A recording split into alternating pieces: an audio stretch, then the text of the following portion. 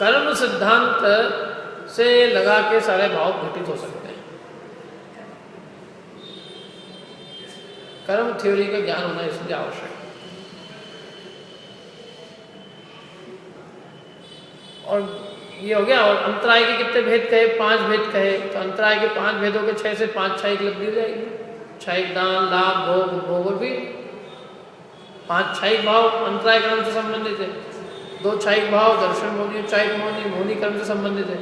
1 क्षयिक ज्ञान ज्ञानावरण से संबंधित है। क्षयिक दर्शन दर्शनावरण कर्म से संबंधित। ऐसे 9 जो लब्धियां ये क्षयिक लब्धि, ये 4 घातिया कर्मों के 6 से अनंत अवस्था में प्रकट होती है। मतलब अनंत अवस्था में पूरी की पूरी 6 की पूरी 9 की 9 क्षयिक लब्धि होती है। उसके पहले भी क्षयिक सम्यक तो क्षयिक प्रकट हो सकता है, लेकिन अनंत अवस्था में तो 9 की 9 है। समझ में बात? अब इसमें कुछ पूछना हो तो पूछो। क्या है?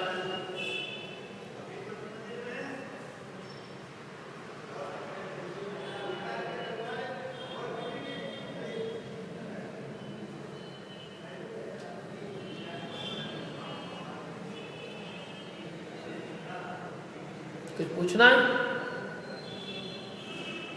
चले आगे। यही क्षयिक दान, लाभ, भोग 9 लब्धि, 9 क्षयिक भाव के नाम का नाम भी 9 क्षयिक लब्धि है। 9 लब्धि कहो, क्षयिक भाव कहो, 9 सब एक ही बात है। क्या?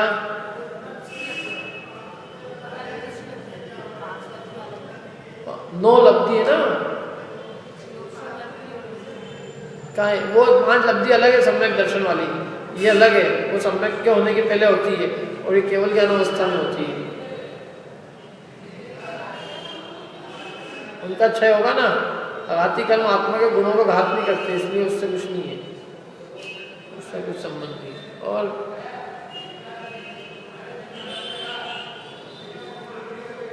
और कुछ पूछना है? पीछे वालों को कुछ पूछना है? सब दर्शक दीर्घा के लोग क्या वैसे। चलो आगे चलते हैं। अब जो है ना ज्ञान, अब ये हो गया अपना औपशमिक भाव और क्षयिक भाव हो गया। अब इसके बाद में तीसरे नंबर के भाव का नाम क्या है? क्षयक्षमिक भाव। अब क्षयक्षमिक भाव के 18 भेद बतलाते हैं। 18 भेद बनाएंगे।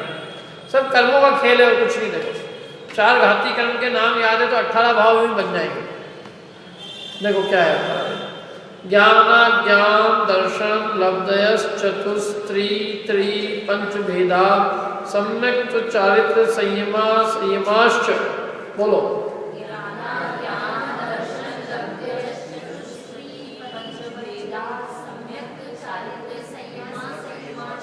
हो गए ज्ञान, अज्ञान, ज्ञान और अज्ञान और दर्शन और लब्धि।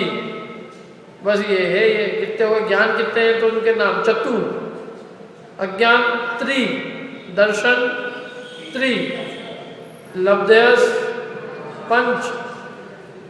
कितने हो गए?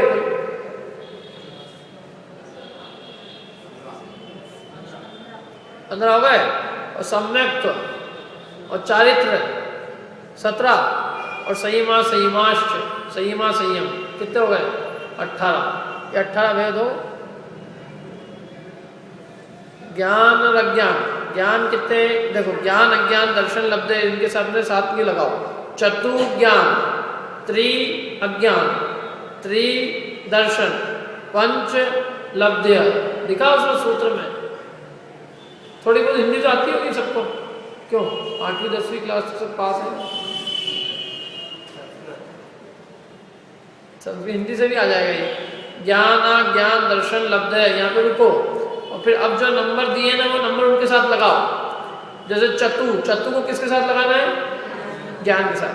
फिर त्रि अज्ञान, फिर त्रि दर्शन, फिर पंच लब्ध है, लब्धि। बस फिर सम्यक चारित्र अलग अलग है। ये फुटकर है, ये थोक है। थोक कितने हैं? ज्ञान कितने थोक? 4, अज्ञान 3, दर्शन 3, लब्धि 5, सम्यक और चारित्र और संयमा, संयम। ऐसे 18 भेद। आया समझ में कुछ? देवराज तो एक तो है चतुर्थ गुण स्थान रहती है और एक 13वें गुण स्थान रहती है। हम सब तो मिथ्या दृष्टि लोग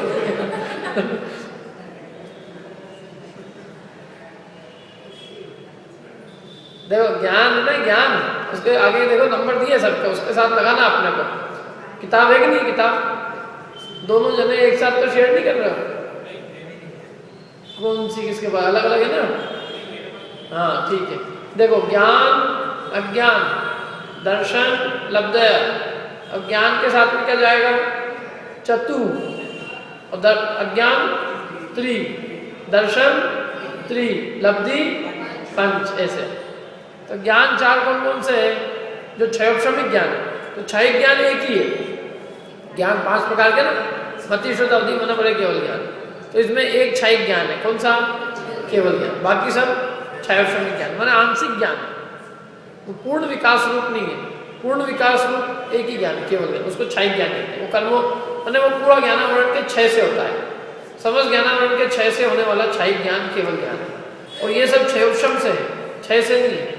इसलिए क्षयोपशम से होने के कारण इनमें देशघाती का उदय विद्यमान है। इसलिए इसमें पूर्ण ज्ञान नहीं है, केवल ज्ञान नहीं है, क्योंकि अभी ज्ञानावरण कर्म का उदय विद्यमान है। क्षयोपशम कहते हैं उसको है जिसमें अभी देशघाती प्रकृति का उदय है। अभी माने कर्मों का उदय विद्यमान है, अभी सब कर्मों का क्षय नहीं हुआ है। आंशिक विकास हुआ है, पूर्ण विकास नहीं हो गया, इसलिए क्षयोपशम ज्ञान। तो 4 ज्ञान आंशिक ज्ञान और एक ज्ञान पूर्ण ज्ञान। वो 4 ज्ञान क्षयोपशमिक ज्ञान है। जो आंशिक ज्ञान है कौन कौन से? मति शुद्ध अवधि और मनोपरि, ये क्षयोपशमिक ज्ञान। 4 अज्ञान, 4 ज्ञान और 3 अज्ञान। तो 3 अज्ञान कौन कौन से? कुमति, कुश्रुत और क्रोध। और कु मनोपरि क्यों? कु क्यों नहीं हो सकता? अरे दुनिया में सब हो सकता है, मनोपरि भी कु हो सकता है, क्यों?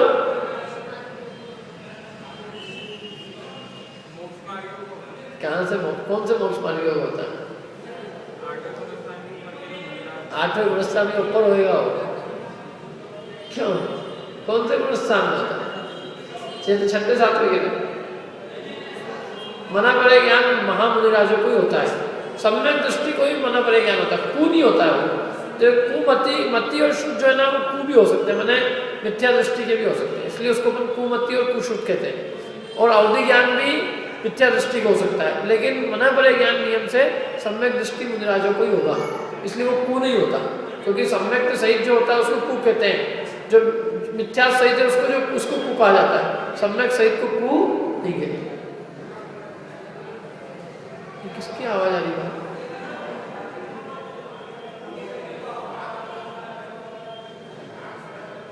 बहुत जरूरी बात है।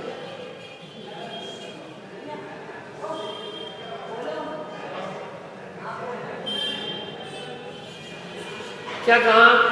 तो 4 ज्ञान तो 3 ज्ञान ही कुज्ञान हो सकते हैं, क्योंकि मिथ्या दृष्टि के मति शुद्ध और अवधि ज्ञान ही हो सकता है, मिथ्या दृष्टि के मन परे ज्ञान नहीं होता। केवल ज्ञान का तो सवाल ही नहीं है, वो तो क्षयिक ज्ञान है, ऐसी सम्यक दृष्टि को ही होगा। तो इसलिए ये 3 अज्ञान भी हो सकते हैं और 3 ज्ञान भी हो सकते हैं। तो 3 वो हो गए, 3 ये हो गए। तो मना परे ज्ञान केवल ज्ञान ही होता है, सुज्ञान ही होता है, कुज्ञान होता ही नहीं, इसलिए 1 वो हो गया। तो ऐसे कुल कितने हो गए? 7 हो गए। 4 सुज्ञान और 3 अज्ञान, कुज्ञान, जो मिथ्या दृष्टि के। ऐसे कितने हो गए कुल? 7।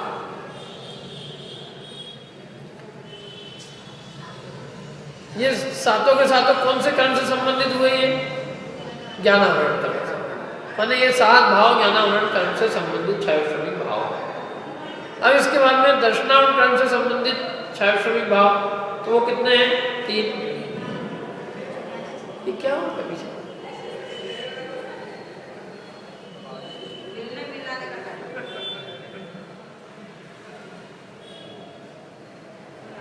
दर्शनावरण कर्म से संबंधित जो है वो क्षयोपशमिक भाव 3 है। दर्शनावरण कर्म के भेद कितने हैं? कितने भेद है? किस किस को याद है बताओ तो, एक मिनट हाथ खड़ा करके। दर्शनावरण कर्म के भेद याद नहीं है? थोड़ा पीछे का रिवीजन करो भैया। दर्शनावरण कर्म के कितने भेद है, क्या याद है?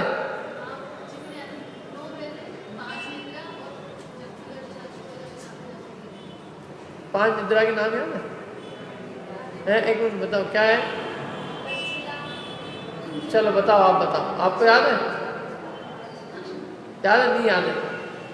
इधर तो किसी को याद होने का सवाल नहीं उठता, एक दूसरे को याद है। आपको याद है? पूछे अमित जी बता दो। हाँ, ये 5 निद्रा के भेद है। अब ये 5 निद्रा जो है सर्वघाती है। इनके उदय से क्या होता है? इनका क्षय श्रमिक नहीं होता भाव, आधी नींद आ रही है आधी नहीं आ रही, ऐसा नहीं होता। क्या मैं जाग भी रहा हूँ सो भी रहा हूँ? मम्मी पूछती तुम सो गया क्या? नहीं अभी नहीं सोया मैं। ऐसा ये कि मैं सो गया हूँ, मैं सो रहा हूँ मैं अभी। तुम सो रहे हो क्या? हाँ मैं सो रहा हूँ। तो वो क्षय श्रमिक नहीं घटता उसमें, वो उदयिक भाव ही है। निद्रा का भाव जो है वो उदयिक भाव, न उसमें क्षय है न क्षय श्रम है, क्या उसमें उदय ही है। वो अज्ञान में घटित होगा, वो उदयिक अज्ञान है। इसलिए 5 निद्रा को छोड़ दो, बाकी कितने ज्ञान कितने दर्शन बचे? 4। कौन कौन से? ये 4 दर्शनावरण कर्म के भेद है। इसमें एक जो मतलब अब इन 4 दर्शनावरण कर्म के अंदर के 4 दर्शनावरण कर्म से संबंधित भाव कितने होंगे? 4। चक्षु दर्शनावरण किसको आवृत करेगा? चक्षु दर्शन को। अचक्षु दर्शनावरण अचक्षु दर्शन, अवधि दर्शनावरण अवधि दर्शन को घात करेगा, केवल दर्शनावरण केवल दर्शन का घात करेगा। तो इसमें से एक तो है क्षयिक भाव, केवल दर्शन, माने उसमें क्या क्षयश्रम भाव घटित नहीं होता है। ऐसा नहीं होता कि केवल दर्शन आधा है और आधा नहीं हो। चक्षु दर्शन में ऐसा हो सकता है, कुछ दिख रहा है कुछ नहीं दिख रहा, सामने की चीज दिख रही है दीवार के पीछे की नहीं दिख रही। लेकिन केवल दर्शन में ऐसा हो सकता है क्या कि ऊपर का ऊर्ध्व लोक तो दिख रहा है, अधो लोक नहीं दिख रहे हैं, भूतकाल तो दिख रहा है, भविष्य काल नहीं दिख रहा। केवल दर्शन ऐसा होता है कि क्षयिक दर्शन होता है, सब दिखता है उसमें कुछ आंशिक विकास होता है कि पूर्ण विकास पूर्ण है। तो केवल दर्शन तो क्षयिक भाव है, और बाकी जो 3 दर्शन है वो 3 दर्शन जो है वो क्षयश्रमिक भाव है। उन 3 दर्शन का आवरण जो है मतलब उसमें कुछ आवरण होता है और कुछ नहीं होता। मैंने वो जो 3 कर्म हैं वो 3 कर्म उन दर्शनों का कुछ घात करते हैं कुछ नहीं करते, और केवल दर्शनावरण पूरा केवल दर्शन का घात करता है। इसलिए जब केवल दर्शन प्रकट होता है तो वो क्षय से होता है, वो क्षयश्रम से नहीं होता। केवल दर्शनावरण का पूरा क्षय होगा तब केवल दर्शन प्रकट होगा, और बाकी 3 जो दर्शन है वो क्षयश्रमिक है। वो 3 दर्शन क्षयश्रमिक होने से आंशिक विकास होता है, मतलब कुछ प्रकट हो सकता है कुछ प्रकट ना हो। जैसे चक्षु दर्शन अपने को कुछ है कुछ नहीं। अचक्षु दर्शन 4 इंद्रिय से होने वाला जो सामान्य अवलोकन है जिसे हम अचक्षु दर्शन कहते हैं वो भी कुछ है और कुछ नहीं। सब कुछ सबके स्पर्श का ज्ञान है दुनिया में, सारी चीजों के स्पर्श।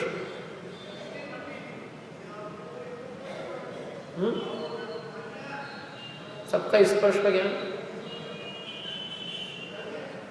सबके रस का ज्ञान, वो वहां क्या बोल रहे हैं आवाज का ज्ञान, सामान्य अवलोकन भी कुछ है। यहाँ जो शब्द हो रहे हैं उनका अवलोकन हो रहा है, उनका ग्रहण है, बाहर के शब्दों का ग्रहण नहीं है। तो इसलिए ये अपने को इसमें क्षयश्रम भाव है, चक्षु अचक्षु दर्शन का क्षयश्रम भाव है। आंशिक विकास है, कुछ विकास नहीं है। जैसे अवधि ज्ञान भी जिन्हें होता है उसके साथ में जो अवधि दर्शन होता है तो अवधि दर्शन में क्षयश्रमिक भाव संपूर्णतया प्रकट नहीं होता, जो तो केवल ज्ञान हो जाए केवल दर्शन जैसा हो जाए। तो ये 3 जो है ये क्षयश्रमिक भाव कौन कौन से? चक्षु अचक्षु और अवधि दर्शन। ये 3 क्षयश्रमिक भाव होने से तीनों बड़े दर्शन के संबंधित दर्शन संबंधित 3 क्षयश्रमिक भाव। यूं कहें दर्शनावरण कर्म के क्षयश्रम से होने वाले भाव कितने हैं? क्षयश्रम 3। दर्शनावरण कर्म के क्षयश्रम से कितने क्षयश्रम भाव होते हैं? 3। कौन कौन से? चक्षु दर्शन अचक्षु दर्शन और अवधि दर्शन। समझ आ रही ना बात? तो ये 7 ज्ञानावरण कर्म के क्षयश्रम से, 3 दर्शनावरण कर्म के क्षयश्रम से, 7 और 3 10, और 5 लब्धया 5 लब्धियां हैं। कितनी है लब्धि? 5 लब्धियां। 5 लब्धियों में भी क्षयश्रमिक भाव घटित होता है। अभी कुछ दान की शक्ति प्रकट है, कुछ लाभ की शक्ति प्रकट है, कुछ भोग की, कुछ भोग की, कुछ वीर्य शक्ति प्रकट है ना। दान लाभ भोग उपभोग वीर्य की कुछ शक्ति प्रकट है कि नहीं है? ये सारी अप्रकट है। अपन कुछ कुछ कुछ दान तो दिया होगा जिंदगी में, कि दिया कि नहीं दिया? मैंने दान अभय दान भी दान है, ज्ञान दान भी दान है, आहार दान भी दान है, औधर दान भी दान है। नहीं तो धन का ही दान, धन का दान तो हमने कहा दिया। चीटी नहीं दिया क्या धन का दान? कितने रुपये का दान दिया चीटी? चीटी को भी 6 श्रमिक दान है। चीटी के भी 6 श्रमिक लाभ भोग भोग वीर है। मैंने ये 500 जो लब्धियां हैं ये भी आंशिक विकास रूप में सब जीवों को पाई जाती है। सबको 6 श्रम पाया जाता है इनका। ऐसा कोई जीव नहीं जिसको 5 लब्धियां ना हो। लब्धि माने 5 जो है 6 श्रम, मैंने इन 5 संबंध 5 जो भाव है 6 श्रमिक दान लाभ भोग भोग वीर, इन 5 का 6 श्रम सब जीवों को पाया जाता है। मैंने कुछ न कुछ शक्ति दान लाभ भोग भोग वीर की सब में है। कुछ शक्ति है, पूरी शक्ति नहीं है।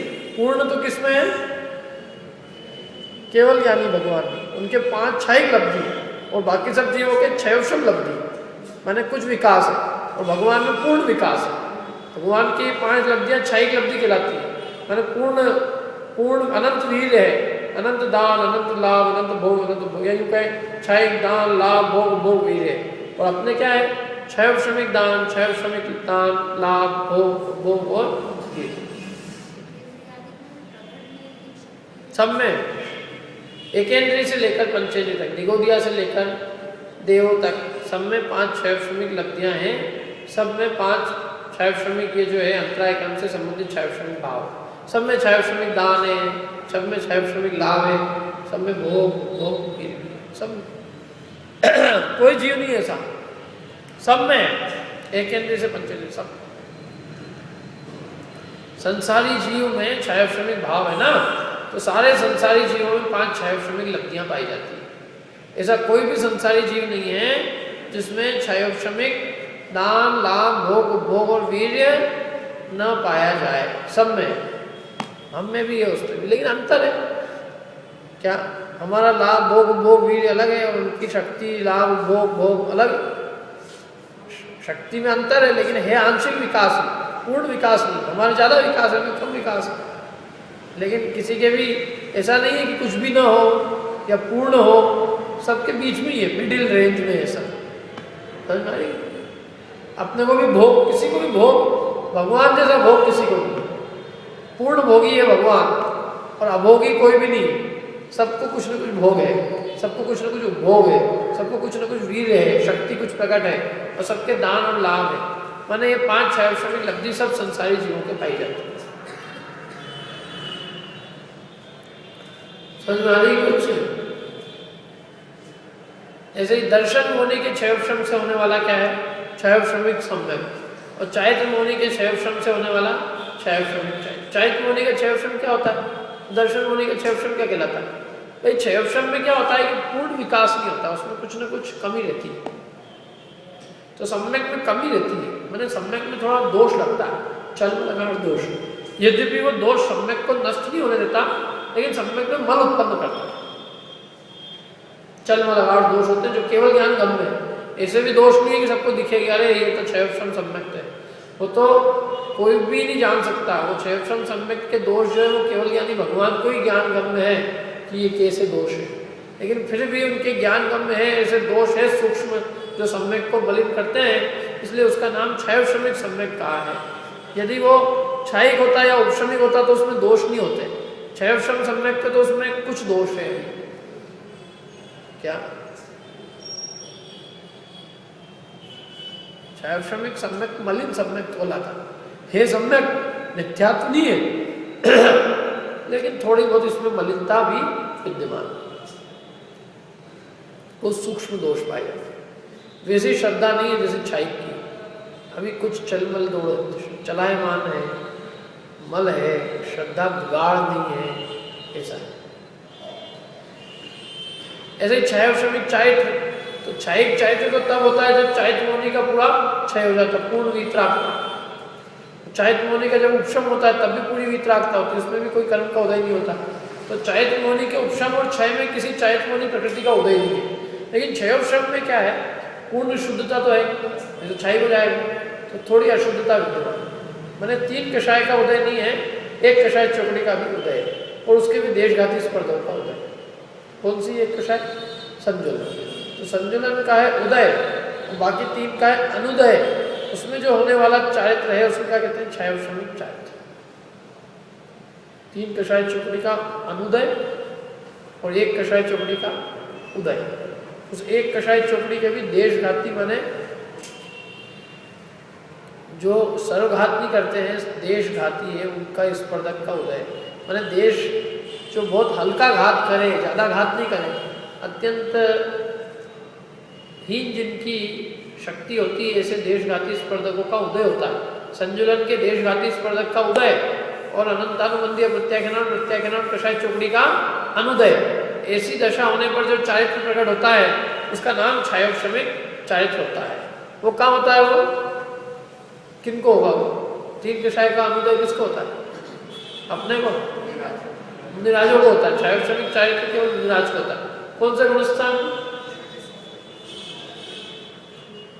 6ठे 7वें, 6ठा और 7वां क्षयोपशमिक चारित्र के गुणस्थान, उसके ऊपर नहीं, उसके नीचे नहीं।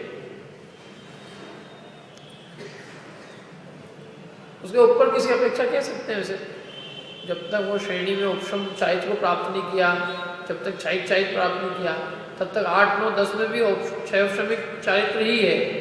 लेकिन फिर भी वो जिस श्रेणी को चढ़ने के लिए उद्यमी हुआ है, उसको उस श्रेणी में चढ़ते समय उसको वो वाला चारित्रवंत कह दिया जाता है।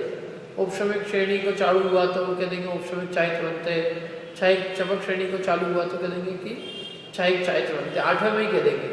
हाँ, तो 8वें, 9वें, 10वें का नाम इसलिए 3-3 चारित्र कह सकते हैं। यदि उपशम श्रेणी है तो उपशमिक चारित्र, चमक श्रेणी है तो क्षयिक चारित्र, और यदि असली बात करो तो अभी कोई ना उपशम हुआ है ना क्षयिक हुआ है, अभी क्षयोपशमिक चारित्र, इसलिए 6 से 10 तक क्षयोपशमिक चारित्र। लेकिन फिर भी वो 6ठे और 7वें में पूरी तरह से घटित होता है। 8, 9, 10 में तो फिर भी वो उपशमिक और क्षयिक भी कह सकते हैं ना। 6ठे 7वें में तो प्योर क्षयोपशमिक चारित्र ही, और कोई सा चारित्र है नहीं। कुछ बातें समझ में आ रही है क्या कह रहा हूँ?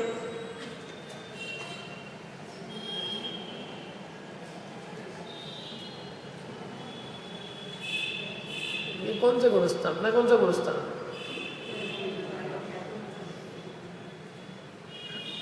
अपने कितने भाव है क्षयोपशमिक? अभी गिन लेना, देखो अभी 1 मिनट और बताते हैं। अब आखिरी क्या बचा? संयम, संयम। संयम होता है 5वें गुणस्थान में, जब ना संयम है पूरा ना असंयम है पूरा, कुछ संयम है कुछ असंयम है। तरस हिंसा का त्याग है और स्थावर की हिंसा का त्याग नहीं है। तो तरस हिंसा की अपेक्षा संयम है, क्योंकि तरस हिंसा का त्याग है, तो संयम है कि नहीं है? और स्थावर जीवों की हिंसा का त्याग नहीं है, इसलिए असंयम है। तो उसको क्या कहेंगे अपन? संयम, असंयम।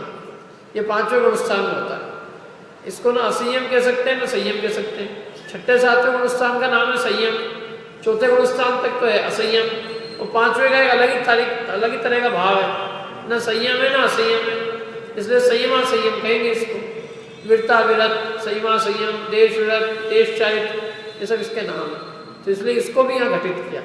यद्यपि ये कोई क्षयोपशमिक चारित्र में बात होगी चारित्र मोनी की, लेकिन फिर भी चारित्र मोनी में एक अलग वेराइटी और है कि भाई ऐसा भी होता है कि जब संयम प्रकट नहीं होता है पूरा और असंयम भी नहीं होता।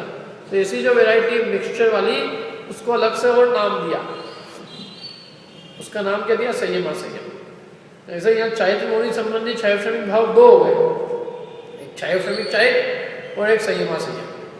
यद्यपि संयम, असंयम की गिनती होनी चाहिए थी उदयिक भाव में, क्योंकि वहाँ पे सर्वघाती का उदय है, 2 ही कषाय का अनुदय है, एक तीसरी तो प्रत्याख्यान कषाय का उदय तो है ही ना, उसका उदय होने से उदयिक भाव सर्वघाती प्रकृति में क्या इसका आनंद वही ले सकता है वास्तव में इस प्रकरण का जिसको कलम पूरे ख्याल हो, क्या सर्वघाती है क्या देशघाती ये मालूम हो। उसके बिना ये सब ऊपर जाता है आधा से आधा, मुंडी हिला लो। मेरे को मालूम है किसी क्या आता है, जो चीज मेरे ही 10 बार समझ में नहीं आई पढ़ने पे, तुम्हारे पहली बार तो कैसे आ जाएगी?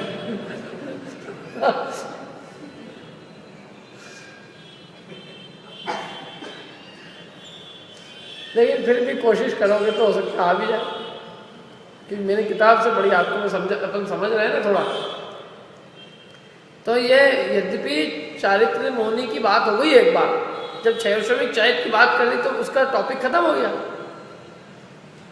भाई क्षयश्रमिक चैत्र के अंदर चैत मोहनी की बात तो है ही सही, चैत मोहनी के क्षयश्रम से कौन सा भाव होता है, क्षयश्रमिक चैत, तो कहानी तो फिनिश हो गई, मैंने चैत मोहनी का चैप्टर क्लोज हो गया।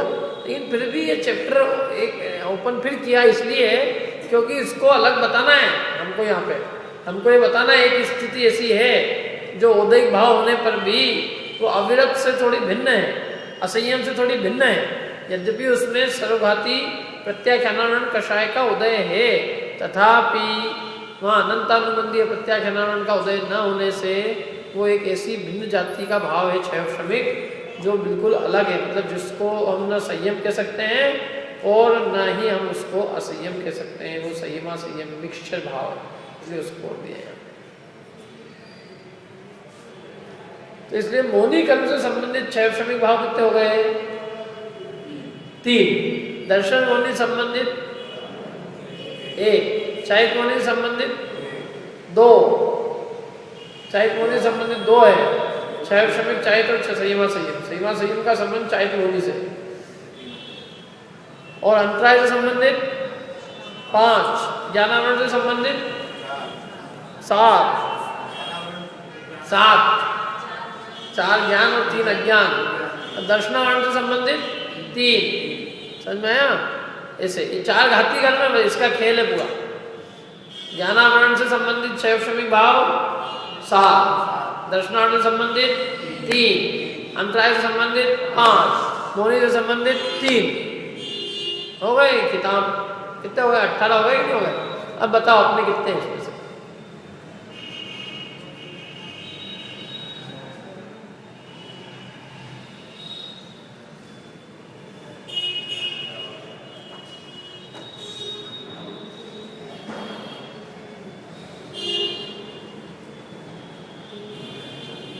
हैं अपने कितने हैं, अपने अभी वर्तमान में कितने हैं,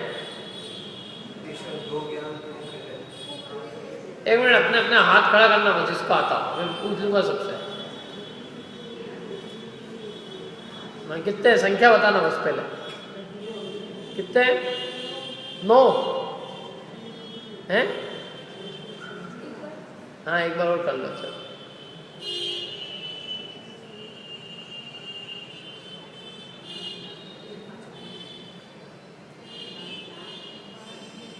बारह बताओ, 12 कौन कौन से, 5 लब्धि, ठीक है, तीनों है आपको तो 7 ही है, 9 ही हुए ना, 12 कैसे हो गए, कितने होंगे, 9 होंगे बस, और क्या।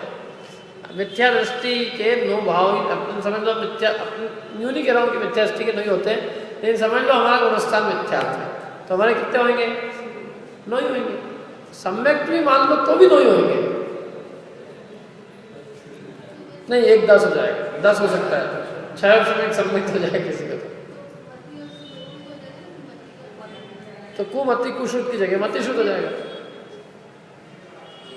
कुमति कुशुद्ध हट जाएंगे, उसमें कोई चेंज तो ही नहीं रहेगा। 6 श्रमिक सम्यक तो का तो 10 हो जाएंगे। एक जीव के मैक्सिमम कितने हो सकते हैं बताओ, किसी भी एक जीव के मैक्सिमम कितने 6 श्रमिक भाव हो सकते हैं,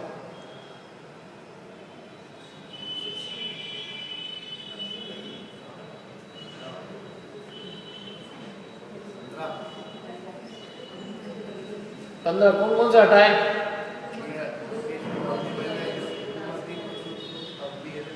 पर 6 श्रमिक चाहे तो संयमा संयम दोनों एक साथ कैसे होंगे,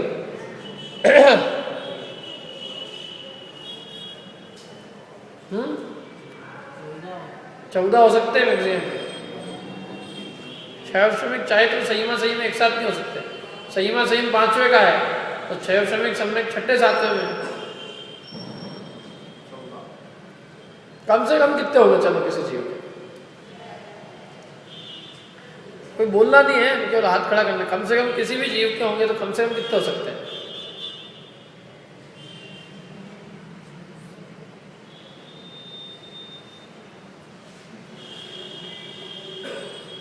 तो बताएगा हाथ खड़ा करके? हाँ बताओ चंद्रा। 5? कौन सी 5? 5 लगते, बाकी बाकी सब एक इंद्री को कुछ भी नहीं होगा। चलो किसी से बात करते हो। और कौन बताएगा? बताओ उर्वी, कितने हो जाएंगे?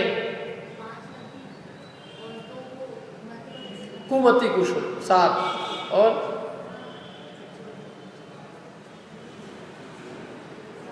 7 ही होंगे। चलो और अरे अरे बोलना नहीं कुछ भी। एक और क्या करना है 7 के बाद में? कितने होंगे? कौन सा हो जाए? चक्षु नहीं जुड़ेगा क्या? क्यों?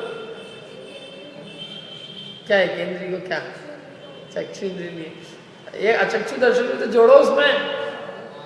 अचक्षु दर्शन सब जीवों को है, चक्षु दर्शन जरूर चक्षु इंद्री जीवों को है। तो 8 तो मिनिमम सबको होता ही है। Minimum 8, maximum 14। चलो अब बताओ देवगति में कितने हो सकते हैं? बताओ मैक्सिमम मतलब अलग अलग जीवों के देवगति में कुल कितने भाव हो सकते हैं?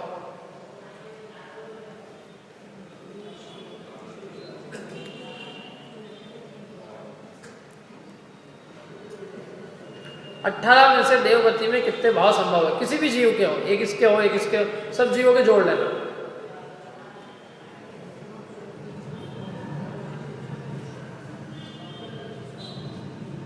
बताओ चलो कितने होंगे?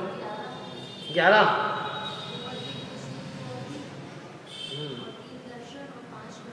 तो उनके मतिश्रुत अवधि नहीं हो सकता? किसी और के हो जाए। देवगति में कुल कितने भाव संभव है? बात ये प्रश्न है, फिर सोच के बता दो। 12 और कोई बताओ। चलो हाथ खड़ा करके केवल नंबर बताना मेरे को।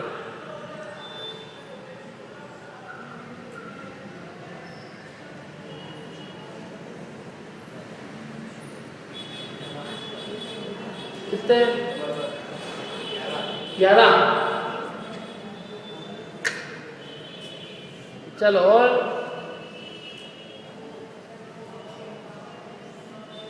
कितने?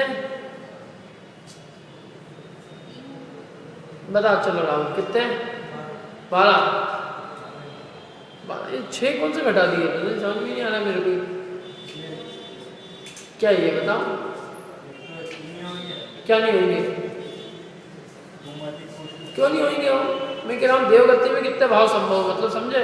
किसी भी जीव के हो, इसके हो उसके हो, एक जीव के नहीं कह रहे, नाना जीवों के।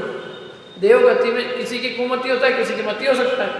देवगति ऐसे कितने भाव है जो देवगति में संभव ही नहीं है? ये बताओ, ये प्रश्न है मेरा। चलो कितने भाव ऐसे नंबर बताना, हाथ खड़ा करके बताओ कितने नंबर है? 3। कौन कौन से? बस ये 15 भाव संभव है। 15 नरक गति में। चलो नरक गति में बताओ कितने? एक झटके में बता दे वही 15। तिर्यंच में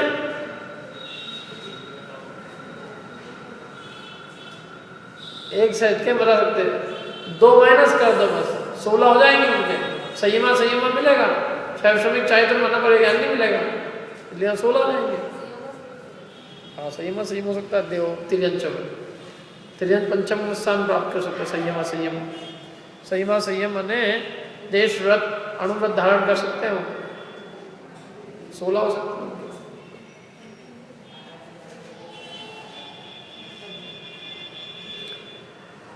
4 इंद्रिय के कितने भाव होते? चलो ये बता।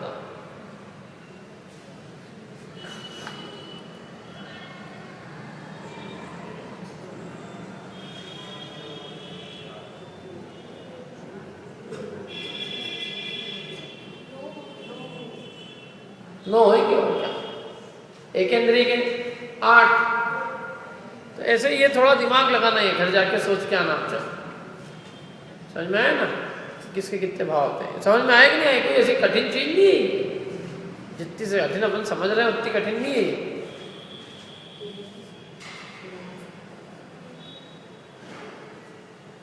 चलो अर्थ पढ़ते हैं। किसी को कुछ इसमें पूछना हो पूछ लो, समझ में नहीं आ रहा हो।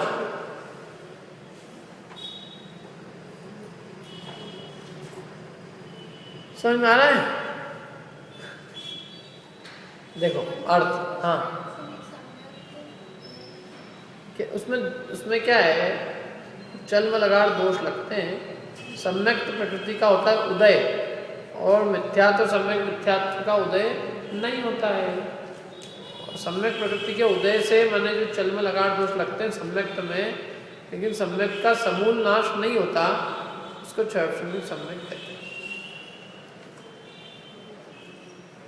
हे सम्यक थी, इतना ही है कि मिथ्यात्व और सम्यक मिथ्यात्व का उदय नहीं है, सम्यक प्रकृति का उदय है।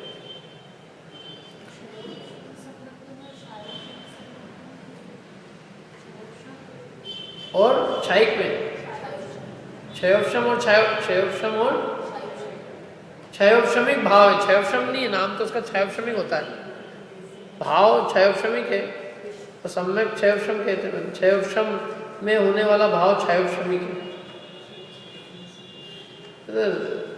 संस्कृत का अंतर है।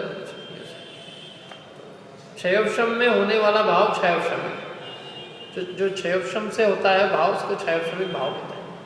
और कभी कभी क्षयोपशमिक सम्यक ना कह के क्षयोपशम सम्यक कहते हैं। और ठस से का लगाते ना, तो जब इक होगा आखिरी में तो पहले वाले शब्द में वृद्धि हो जाएगी, क्षयोपशमिक हो जाएगा। क्षयोपशमिक नहीं होता, क्षयोपशमिक या क्षयोपशम, ये दोनों शब्द सही है। ये नहीं कह सकते क्षयोपशमिक, क्षयोपशमिक गलत है, क्षयोपशमिक, या यूँ बोल सकते हैं क्षयोपशम, क्षयोपशम नहीं क्षयोपशम, क्षयोपशम सम्यक। हाँ कुछ पूछना और इसमें कुछ? देखो अर्थ पढ़ता हूँ मैं। मति श्रुत अवधि मना पर्याय, ये चार ज्ञान। कुमति कुश्रुत को अवधि तीन अज्ञान। चक्षु इंद्रिय के द्वारा पदार्थों का सामान्य ग्रहण रूप चक्षु दर्शन। शेष इंद्रियों के द्वारा पदार्थों का सामान्य ग्रहण रूप अचक्षु दर्शन। सामान्य अवलोकन, दर्शन माने सामान्य अवलोकन। चक्षु इंद्रिय के द्वारा होने वाला सामान्य अवलोकन चक्षु दर्शन है। चक्षु इंद्रिय को छोड़कर अन्य जो चार इंद्रिय है उनके द्वारा होने वाला जो सामान्य अवलोकन है, माने सत्ता का ग्रहण कुछ है, ऐसा जो चार इंद्रियों के द्वारा जानना होता है, उसको अचक्षु दर्शन कहते हैं। दर्शन और ज्ञान में अंतर मालूम है कि नहीं? क्या है दर्शन और ज्ञान में अंतर?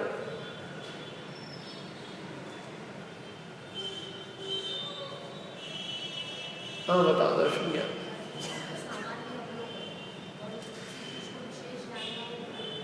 और दर्शन माने सत्ता का प्रतिभास मात्र है, और ज्ञान विशेष जानता है। दर्शन निर्विकल्पक होता है और ज्ञान विकल्पक होता है। दर्शन निराकार होता है और ज्ञान साकार होता है। दर्शन सत्ता को ग्रहण करता है, कुछ है, और ज्ञान उसके बारे में बताता है कि कैसा है, किस तरह का है, ज्ञान बताता है। दर्शन सामान्य और ज्ञान उसका विशेष है, ठीक है ना। तो चक्षु इंद्रिय के द्वारा जो सामान्य अवलोकन कुछ है वो चक्षु दर्शन। चक्षु इंद्रिय को छोड़कर अन्य जो चार इंद्रियां हैं उनके द्वारा जो सामान्य अवलोकन हुआ वो अचक्षु दर्शन। अवलोकन मात्र कुछ है, कैसा है ये ज्ञान जाने, जैसे कुछ ठंडी जैसा है, कुछ आवाज़ जैसी कुछ है, बाहर कुछ आवाज़ आ रही है, कुछ है, वो केवल अवलोकन होता है। ज्ञान, हाँ उसमें समय ज़्यादा टाइम, एक झटके में ज्ञान चालू हो जाता है। और अवधि ज्ञान से पहले होने वाला सामान्य ग्रहण रूप अवधि दर्शन। अवधि ज्ञान से पहले जो दर्शन होता है उसको क्या कहते हैं? अवधि दर्शन। वो भी सामान्य को ग्रहण करता है, विशेष नहीं। विशेष तो ज्ञान हो जाएगा। अंतराय कर्म के क्षयोपशम से होने वाली दान, लाभ, भोग, उपभोग, वीर्य, ये पांच लब्धियां। यहाँ भी लब्धियां नाम दिया, क्षयोपशमिक लब्धियां, क्षयोपशमिक लब्धियां। पहले क्या कहते थे? क्षयिक लब्धियां। और क्षयोपशमिक सम्यक और सराग चारित, मैंने क्षयोपशमिक चारित। सराग इसलिए कहा कि अभी राग का अंश वहाँ विद्यमान है। तो क्षयोपशमिक सम्यक, क्षयोपशमिक चारित और संयमा संयम अर्थात देशरत, ये 18 भाव क्षयोपशमिक भाव है। क्यों ये क्षयोपशमिक? क्योंकि ये भाव अपने प्रतिपक्षी कर्म के क्षयोपशम से होते हैं। समझ में? जैसे मति ज्ञानावरण, मति ज्ञानावरण के क्षयोपशम से होता है। शुद्ध ज्ञानावरण के क्षयोक्षम से होता है। अवधि ज्ञानावरण के क्षयोक्षम से होता है। ये सब अपने अपने प्रतिपक्षी कर्म के क्षयोक्षम से होने वाले भाव। सम्यक दर्शन मोनि के क्षयोक्षम से होता है। चारित्र मोनि के क्षयोक्षम से होता है। ऐसा है, इसलिए इनके नाम क्षयोक्षम भाव। क्षयोक्षम क्या है? क्षयोक्षम में सर्वघाती का उदय नहीं, देशघाती का उदय, ध्यान रखना। आंशिक विकास, सर्वघाती का उदय हो तो औदैहिक भाव हो जाएगा, पूरा घात हो जाएगा, खत्म, मति ज्ञान रहेगा ही नहीं, कुछ मति ज्ञान है, कुछ नहीं। तो सर्वघाती होती तो उदय, सर्वघाती में तो कुछ भी नहीं होता, तो सर्वघाती का उदय नहीं। देशघाती का उदय, थोड़ा बहुत घात हो रहा है, थोड़ा बहुत भी घात नहीं हो तो क्षयिक भाव हो जाएगा। सर्वघाती का उदयाभावी क्षय, यानी सर्वघाती का उदय नहीं होता। सर्वघाती देशघाती रूप से उदय में आती है। और सर्वघाती के जो स्पर्धक है उनका सदावस्था रूप उपशमन आगामी काल में उदय आएगी। ऐसा नहीं कि वो परमानेंट चला गया कंप्लीट, वो कर्म का अभाव नहीं हो गया। ऐसा नहीं चक्षु दर्शन आज अपने को हो गया तो चक्षु दर्शन हमेशा रहेगा, या जितना ज्ञान अपने को हुआ उतना ज्ञान का उघाड़ हमेशा रहेगा, ऐसा कुछ नहीं, पूरा नहीं जाएगा। जितना इतना वो भी क्षयोक्षम है जितना है, मैंने जो जितना मिनिमम ज्ञान है निरावरण नित्य अध्यात्मिक ज्ञान, उसके अलावा तो उसके ऊपर का सभी जा सकता है ना।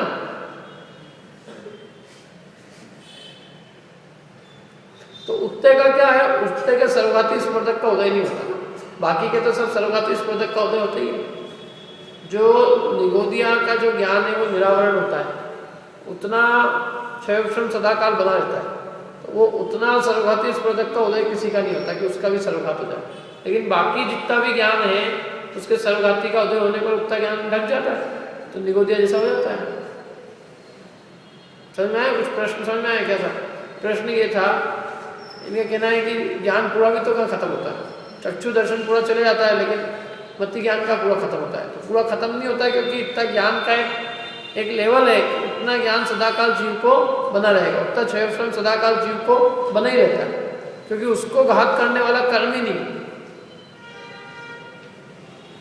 उसकी मतलब उसको घात करने वाला आवरण ही नहीं, इसलिए उतना कर्म बना रहता है, उतना ज्ञान का क्षयोक्षम सदा बना रहता है। जो नित्य निगोदिया को भी, या यूं कहे नित्य निगोदिया छोड़ो, निगोदिया को जो जघन्य ज्ञान होता है उतना ज्ञान सदा काल जीव को खुला रहता है, वो नित्य उद्घाटित ज्ञान कहते हैं उसको। उतने ज्ञान पे आवरण नहीं होता, उतने ज्ञान का भी आवरण हो जाए तो जीव अचेतन हो जाए। लेकिन उसके ऊपर जितने भी हैं तो उसका तो कोई सदाकाल रहे ऐसा कुछ नहीं, अभी ये भी नहीं रहे। अभी सर्वघाती का क्षयोक्षम इसलिए बना हुआ है, सर्वघाती का उदय, लेकिन वो सत्ता में आगे है कि नहीं, आगे जब उसका उदय आता है तो वापिस से चला जाता है।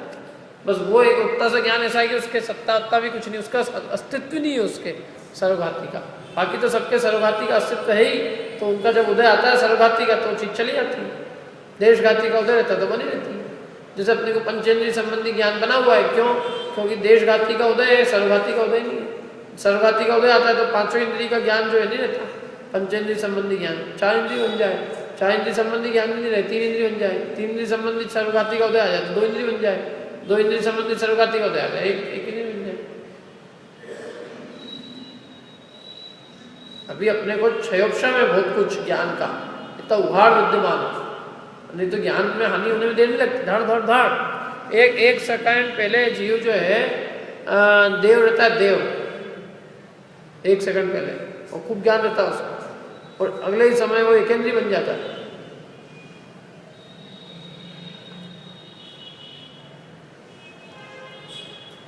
एक समय पहले वैज्ञानिक, अगले समय मल के अंदर कीड़ा, नाली का कीड़ा, क्या करना? ज्ञान तो ऐसे ही।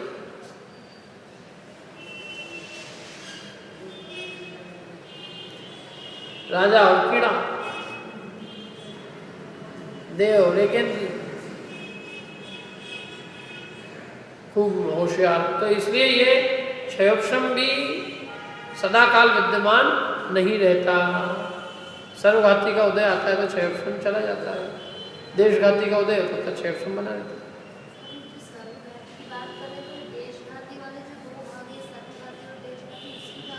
जो देशघाती प्रकृतियाँ उनकी, हाँ, सर्वघाती प्रकृति तो सर्वघाती करती है, उसकी तो बात ही नहीं। जो देशघाती प्रकृतियाँ उन्हीं की बात है, उन्हीं के जो देशघाती का उदय है, सर्वघाती का उदय नहीं। और जो सर्वघाती आगामी काल में सदवस्था रूप उपशम, जो जहाँ है वो वहाँ, वर्तमान में देशघाती का उदय और भविष्य में सर्वघाती का उपशम है। मैंने भविष्य में वो जो उदय आने वाले उनको दबा रखा है, अभी देशघाती का उदय, और जो अभी सर्वघाती का उदय आने वाला था उनको देशघाती रूप परिणमित किया, जिसको कहते तीन शब्द इसके, सर्वघाती स्पर्धकों का उदया भावी क्षय, उन्हीं सर्वघाती स्पर्धकों का सद अवस्था रूप उपशम और देशघाती प्रकृति का उदय, इन तीन रूप अवस्था को क्षयोपशम कहते हैं।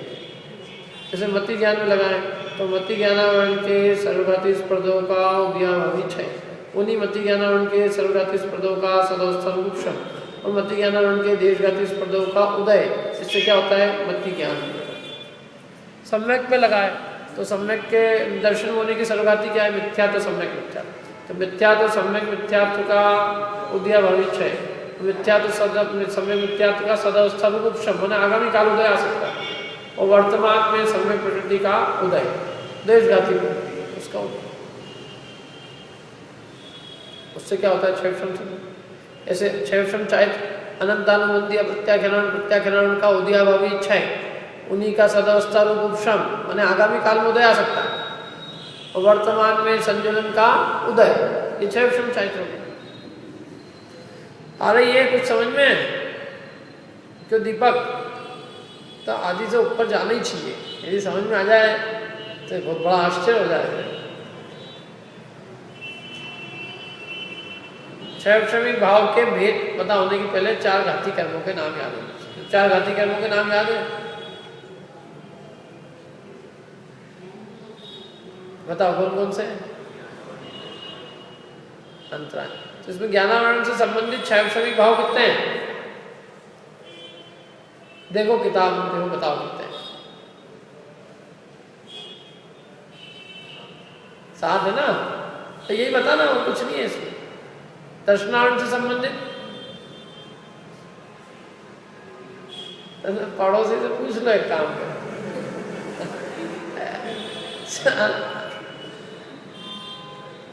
अंतराय से संबंधित आप लोगों को तो ही पूछ रहे थे, जिससे पूछा उससे बात कर रहे ना मैंने। कितने हैं?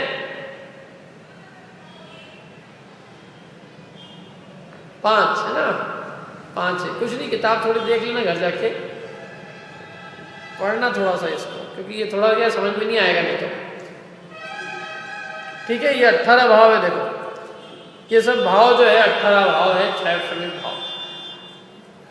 तो इस प्रकार से ही अपने क्षयक्षमिक भाव का सूत्र पूरा हुआ। अपन अगली क्लास में औदैहिक भाव के 21 भेद पढ़ेंगे। औदैहिक भाव के 21 भेद को अभी तक तो सरल था, ऐसी कोई कठिन बात नहीं है इसमें। 3-4 घाती कर्मों के नाम याद रखो बस, और एक एक घाती कर्मों का काम याद होना चाहिए, सब याद है। ठीक है, किसी को पूछना हो तो पूछ लो। कुछ पूछना है किसी को? जब मैं पूछने को बोलता हूँ तो कोई नहीं पूछता, फिर जब मैं पूछता हूँ तो कोई नहीं बताता। या तो अभी पूछ लो कि नहीं आया था समझ, शर्म की कोई बात नहीं कि आपने जो भी समझाया उसमें एक भी लड़की भर समझ में नहीं आया तो बस बड़ी फिर ये नहीं कह सकता मैं कि आप लोगों को क्यों नहीं आया, क्योंकि आपने कह दिया कि भाई हमारे समझ में नहीं आया। लेकिन आप क्यों कि नहीं समझ में सुन रहा है, अब बताओ। वो नहीं बता रहा हूँ कंपटीशन।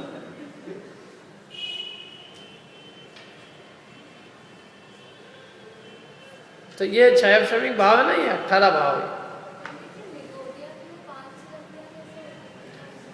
प्रकट नहीं होती है शक्ति सब में। दान लाभ भोग और वीर की कुछ न कुछ शक्ति सभी जीवों में प्रकट है, सब में है। दान को देना तो जरूरी तो नहीं पैसे के दान देना दान होता है। क्या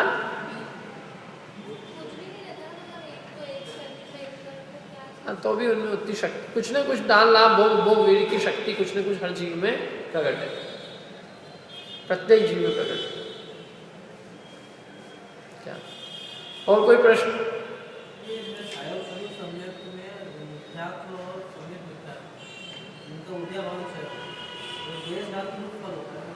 सम्यक का उदय ना,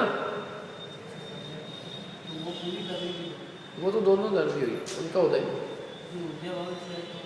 उदयाभावी माने उनका उदय नहीं, उसी का ही एक्चुअल में देशघाती रूप से उदय होता है सम्यक प्रकृति रूप में। तो मिथ्या तो सम्यक मिथ्यात्व का ही जो है अंश वो देशघाती रूप में सम्यक प्रकृति है।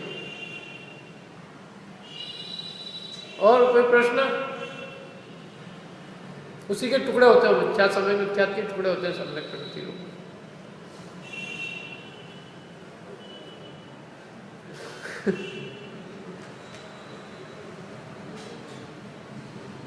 प्रश्न जब आएंगे जब अपन घर पे पढ़ के आएंगे, घर पे जब पढ़ के आएंगे, जब यहाँ से जाके पढ़ेंगे। तीन भाव हो गए अपने, कौन कौन से?